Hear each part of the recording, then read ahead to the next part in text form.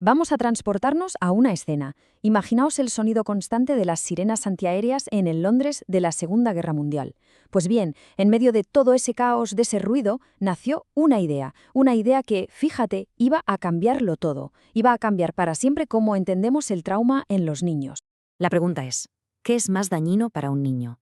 ¿Una bomba que está cayendo cerca o que su madre no esté a su lado? Puede parecer una pregunta extraña, incluso contraintuitiva, ¿verdad?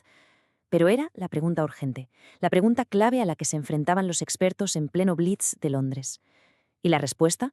Bueno, la respuesta iba a poner patas arriba la psicología para siempre. A ver, la lógica de la época parecía aplastante. Para proteger a los niños, lo primero es ponerlos a salvo físicamente. Esto llevó a la famosa Operación Flautista de Hamelin, una evacuación masiva de niños desde las ciudades al campo. Sobre el papel, oye, tenía todo el sentido del mundo. Pero estaban pasando por algo crucial.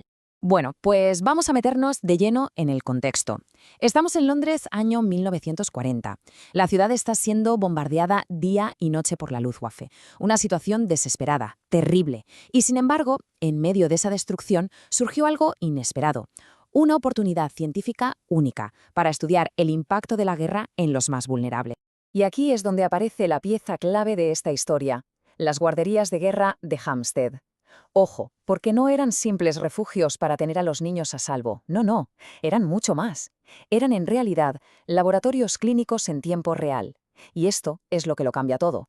Por primerísima vez, los psicólogos podían observar el trauma mientras estaba pasando, no años después basándose en recuerdos.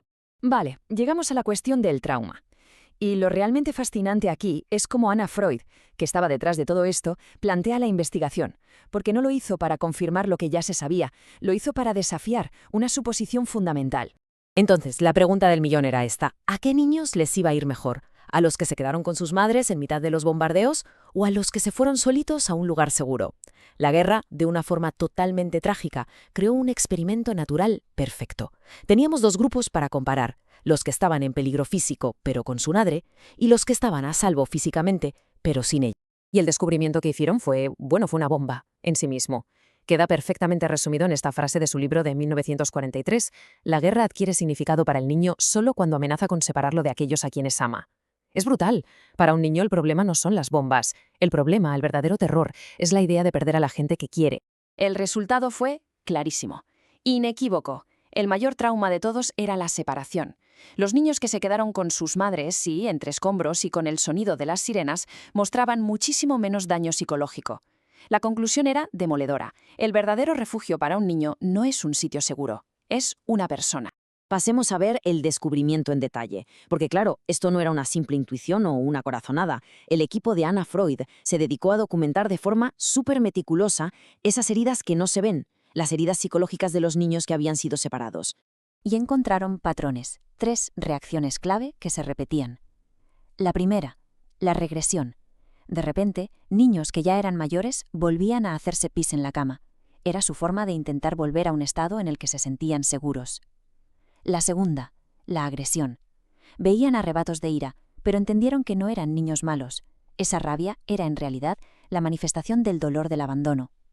Y la tercera, quizá la más importante, la necesidad de un vínculo estable. Sin una figura constante, los niños no podían sanar. Y a partir de esa última observación, nació una idea que fue de verdad revolucionaria: el concepto del sustituto materno. Se dieron cuenta de que no bastaba con darles comida y un techo. Lo que necesitaban, lo que era crucial, era un vínculo emocional fuerte y estable. Así que, ¿qué hicieron? Pues reorganizaron por completo las guarderías. El problema era que las enfermeras rotaban constantemente, y así era imposible crear un lazo con nadie. La solución fue crear lo que llamaron grupos familiares, una única cuidadora fija para un grupito de 4 o 5 niños. ¿Y el resultado? Pues fue espectacular. Mejoras drásticas, inmediatas. El desarrollo de los niños, que estaba como congelado, de repente se reactivó. Vale, pero el impacto de todo esto no se quedó en las guarderías de Hampstead, ni mucho menos. Lo que descubrieron allí iba a sentar las bases de una de las teorías más importantes de toda la psicología moderna. Porque los datos que se recogieron en Hampstead fueron la evidencia, la prueba del mundo real, que más tarde daría lugar a la famosísima teoría del apego.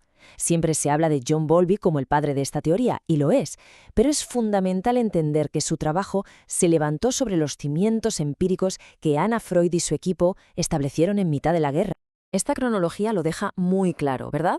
Hay una línea recta que va desde esas observaciones en las guarderías en 1943 hasta la teoría formal de Bowlby en el 58, y de ahí a cómo entendemos hoy el desarrollo infantil. Básicamente, Freud aportó las pruebas del mundo real y Bowlby le dio forma de teoría universal. Pero bueno, todo esto no es solo una lección de historia, ¿eh?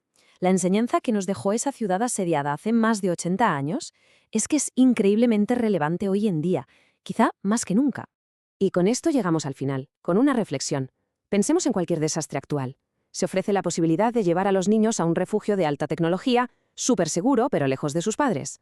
Después de todo lo que hemos visto, ¿cuál sería el consejo correcto? La historia de las guarderías de Hampstead nos lo deja muy claro. Para un niño, la verdadera seguridad no es un lugar, la seguridad es una persona.